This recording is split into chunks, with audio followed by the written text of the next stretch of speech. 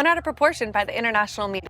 What's up with it? Paddy Pimblett versus Ilia Topuria will not be close. Last weekend at UFC 329, Paddy Pimblett beat Benoit Saint Denis in just 52 seconds. It was a very impressive win where he choked him out in the first round. And after this, there's a bunch of reports and rumors flying around the MMA world that Paddy Pimblett versus Ilia Topuria will be the next fight in the lightweight division. In my personal opinion, I feel like that's a tune-up fight right there, especially for Ilia. He just got spanked the way he got spanked. He need a tune-up fight For the next title shot against Justin Gaethje. In this video, I'm going to go over that fight, give my breakdown of it, and then my prediction for who will win. So make sure you stay to the end to see that. And if you haven't yet, you might as well hit subscribe because we upload 2 to 3 UFC videos every single week. And if you want a free 100% deposit match anywhere from $10 to $100, for first-time users, you could use code Travis or the link in my description for Sleeper, where you can make all of your picks for the upcoming UFC fights. That is the recent partnership on this channel, so I appreciate you guys supporting me there. Your money is your choice. Do whatever you want with it, but let's get right into why this fight is happening and why it makes sense. So, Paddy Pimblett, as you guys all know, lost to Justin Gaethje back in January at UFC 324. It was the first event of this year. And then after that, he finally comes back at UFC 329, the McGregor card. Do not even get me started on how that fight went. It may have been one of the most depressing moments of my life so far, but he beat Benoit Saint Denis, and it was a great win. He choked him out in just 52 seconds. If you didn't get a chance to see the fight yet, basically Benoit Saint Denis threw a head kick off the start and then shot in for a takedown with his neck exposed. Paddy caught him in a guillotine and then held him as he tried to roll out, had a guillotine, sort of a Dars, and was able just to wrap his legs around him and choke BSD out cold. It was a very impressive win, and Paddy was a slight underdog, so that's a big win for him. Now he's ready for a #1 contender to get back in a championship picture for a title shot. And what do we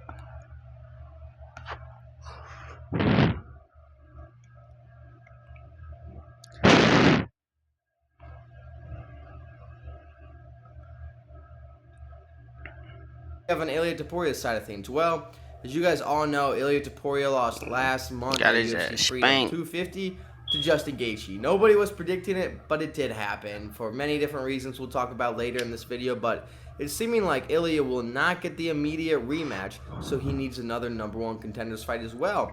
So that just matches up perfectly between him and Paddy. But then there's more. If you guys don't know, these two have a ton of beef in history. They hate each other. Straight up, they do not like each other. And even after UFC 317, when Ilia Topuria moved up to lightweight and beat Charles Oliveira, Paddy Pimblett was called in the octagon to have a face-off with him after. So these two have been looking to fight each other for a long time now. There's a lot of beef there. The UFC loves capitalizing on this, and it makes the fight so win. I feel like UFC is the versus Sean. I feel like UFC just a bunch of instigators, folks. Like it's just master level instigators game. Strickland or Khabib versus Conor McGregor. When two fighters have beef and they're two superstars like Ilia and Paddy are in today's UFC, that's what sells fights and draws a bunch of eyes. And you could put this as the co-main event on any number card and everybody would love it. So that's why this fight's happening. It's heavily rumored, and in the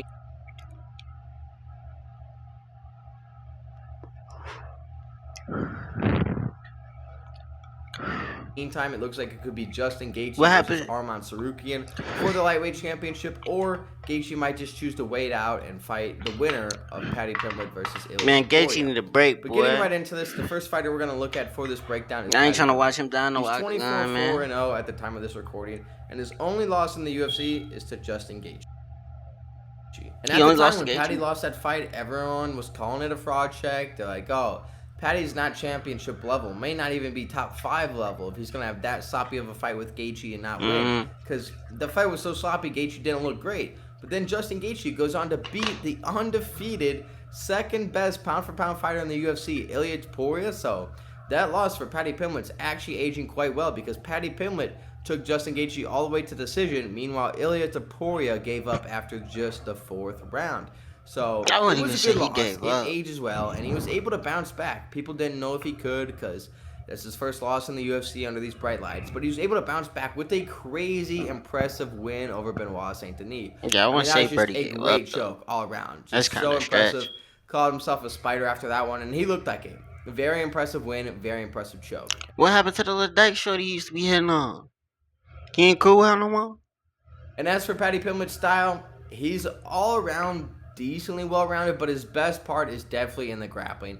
I mean, his striking, he's not a savant when it comes to technique, and he's not a powerhouse with the striking. It's just okay striking, but against someone like Holloway or McGregor back in his prime or Ilia Topuria, the striking just doesn't compare. But he does have great grappling. He showed that against BSD. He's also shown it against Bobby King Green, and that one's aging even better looking at what King Green has been doing in Who the fuck is BSD?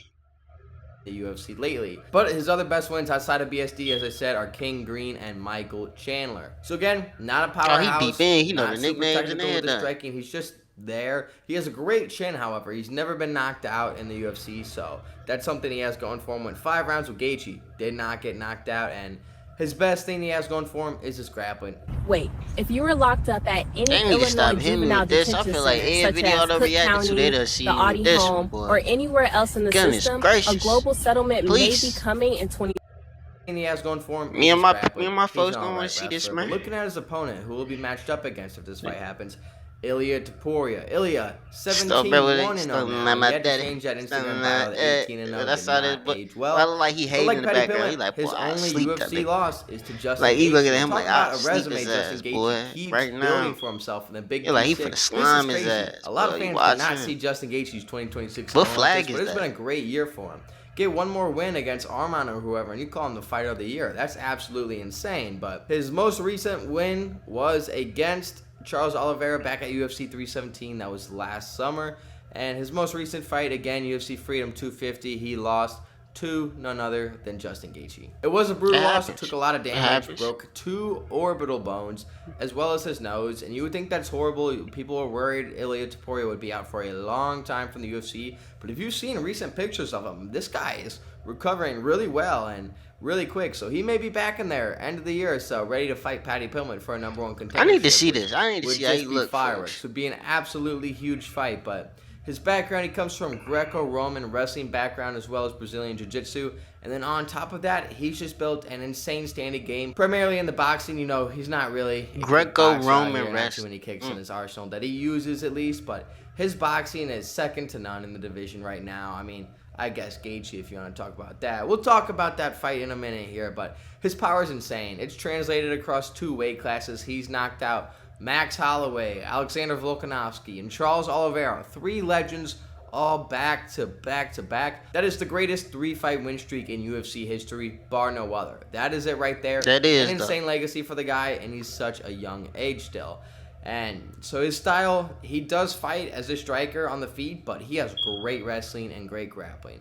And getting into this prediction, even though Ilia got finished by Gaethje and Paddy didn't, Paddy went all the way to decision, I still think Ilia boasted a better performance and showcased more as Ilia almost finished him with a striking. He had good grappling, was going for submissions in the end of the second round, and I genuinely think that Ilia Topuria would have beat Justin Gaethje if he fought just slightly differently. Getting into that fight, the whole reason Ilia lost that is because in the build-up, he kept saying he's knocking Justin out in the first or second round, and that's what he was doing. He was trying to walk Justin down, and it was working. He was throwing great shots. He had Justin Gaethje blocked multiple times. He dropped him with the body shots at the end of the second. But the problem was, because he was trying to aura farm and get this early finish just to keep building hype and make himself a superstar on such a big stage, he didn't really care about the defense. He walked into Gaethje's jab one too many times. The damage kept accumulating, and then in that second he was having round his hands down. He gassed himself out, chasing that early finish after he had Justin very hurt, looking like he was going to finish him right there. And then what happens? Third round, Gaethje turns it around, and we got a very competitive fight on our hands. And Ilia still, hands down, getting jabbed up, and his vision got messed up, so he just kept running into it the rest of the fight and ended up losing primarily down to 2 reasons, because he chased that early finish and he wasn't worried about Justin Gaethje's power. I think white folks ain't lying, though. In a rematch, I honestly think Ilia Topuria beats Justin Gaethje. That might sound crazy to you guys, but that is my genuine belief. I go against the grain there in that belief, but I think he wins a rematch if we ever do see it, and I think he's the better fighter all around. He had a wrestling and grappling advantage over Gaethje as well, so that's just my opinion there, and that's Ilia's performance. These great moments, had him rocked, almost finished a couple times, just being silly on his part, trying to aura farm. But Paddy didn't really show anything that impressive. The best thing Paddy showed in this fight against Justin Gaethje was that he has a good chin, and well, that's great and all. He didn't really show that he's a top-level fighter, and he also didn't show that against BSD. He showed he has great grappling with the submissions when he caught him in that. Yeah, So BSD was the dude he just fought. Okay, it's good for research purposes. Fantastic research purposes, actually. He said he really ain't show nothing. He gonna be trying to walk in them shots against Ilya. Ilya gonna be hitting his ass with a motherfucking $5 meal deal, McDonald's. Giving his ass extra medium fry, 2 McDoubles on the side. On me. Might give his ass a mini McFlurry too. Oh, bro. Finna hit his ass with something. Oh, bro, what that nigga Michael ever say? Oh, bro. He gonna try to eat them bitches. That shit ain't gonna go his way. This is gonna be bad, bro. Bad for business, man. Like, bad for business. Hit his ass with some. It's gonna be target practice out that bitch. Oh my goodness. You need to go get in touch with Floyd. I feel like more niggas need to just go talk to Floyd. I feel like go talk to Floyd. Get your striking in order. Your striking in order. On me. Get you right with the hands. Boxing, never losing. Bro.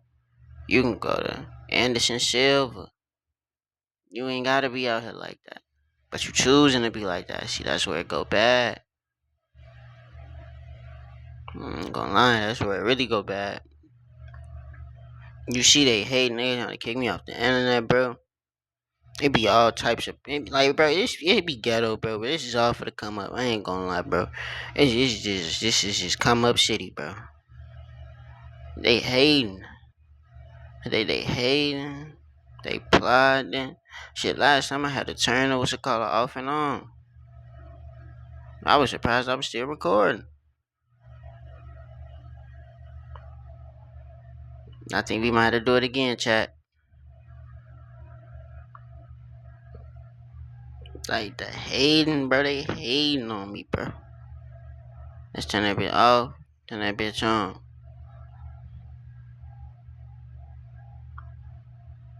Shook and held on to it. No, But bro, we what didn't I really get say? to see him tested again. What I against say, another chat? Top 5, top 7 lightweight. So we We got don't that really RPT know. Wi-Fi. We know that he could catch your neck and hold on to a great submission, but that's all we gained from the BSD fight. And what we gained from the fight against Justin Gaethje is, hey, you know, he had his moments where he was touching up Gaethje throughout the fight, and he got touched up a lot. We know that he has a great chin, but we also know that he doesn't have great technique or great power. His fight with Gaethje was super sloppy, nothing impressive or clean about the boxing in that performance.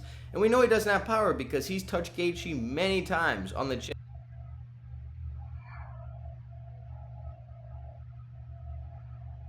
Because he's touched Gaethje many times on the chin in that fight and was not able to knock him out. Meanwhile, people like Max Holloway have finished him. And Max Holloway, who came up from a lower weight class and was never a power puncher himself.